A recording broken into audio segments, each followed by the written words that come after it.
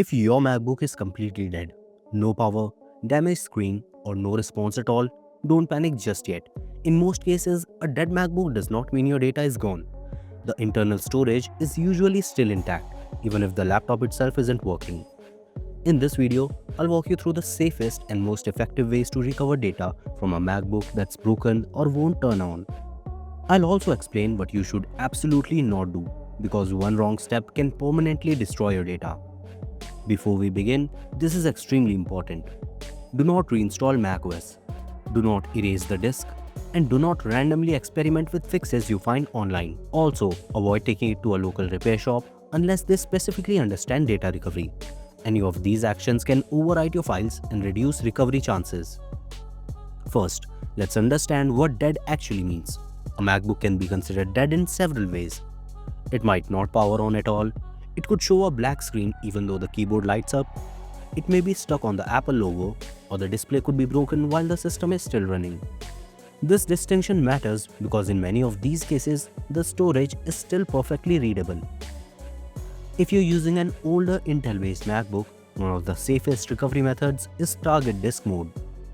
With the MacBook powered off, connect it to another Mac using a Thunderbolt cable. If you don't already have one, you can grab it online. I've linked the best one in the description below.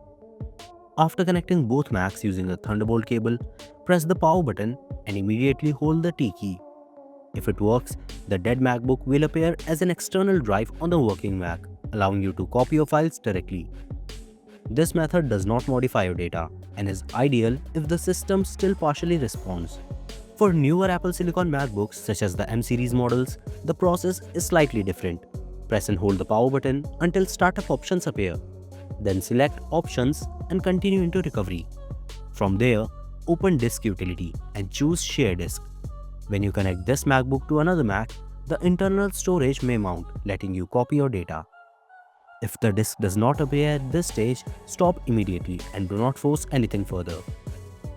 If your MacBook turns on but doesn't boot properly, like it's stuck on the Apple logo, keeps restarting, or crashes after login, your data is usually safe.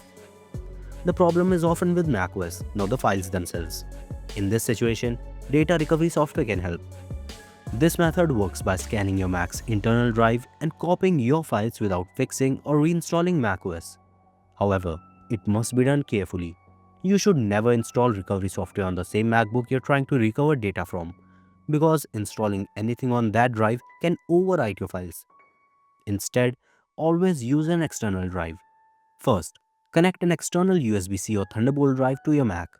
Then start your Mac in recovery mode, which is a basic system that works even when macOS is broken. From there, open Safari. Download a data recovery tool. I would recommend Stellar Data Recovery software and install it on the external drive only. The software will scan your internal drive and let you preview files like photos and documents. When you recover them, save everything to the external drive. This method is best for failed macOS updates or accidental deletion. It will not work if MacBook is completely dead or doesn't power on at all.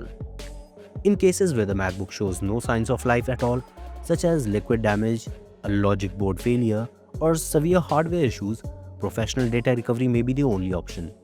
Specialized labs can access the storage directly, even if the MacBook itself cannot be repaired.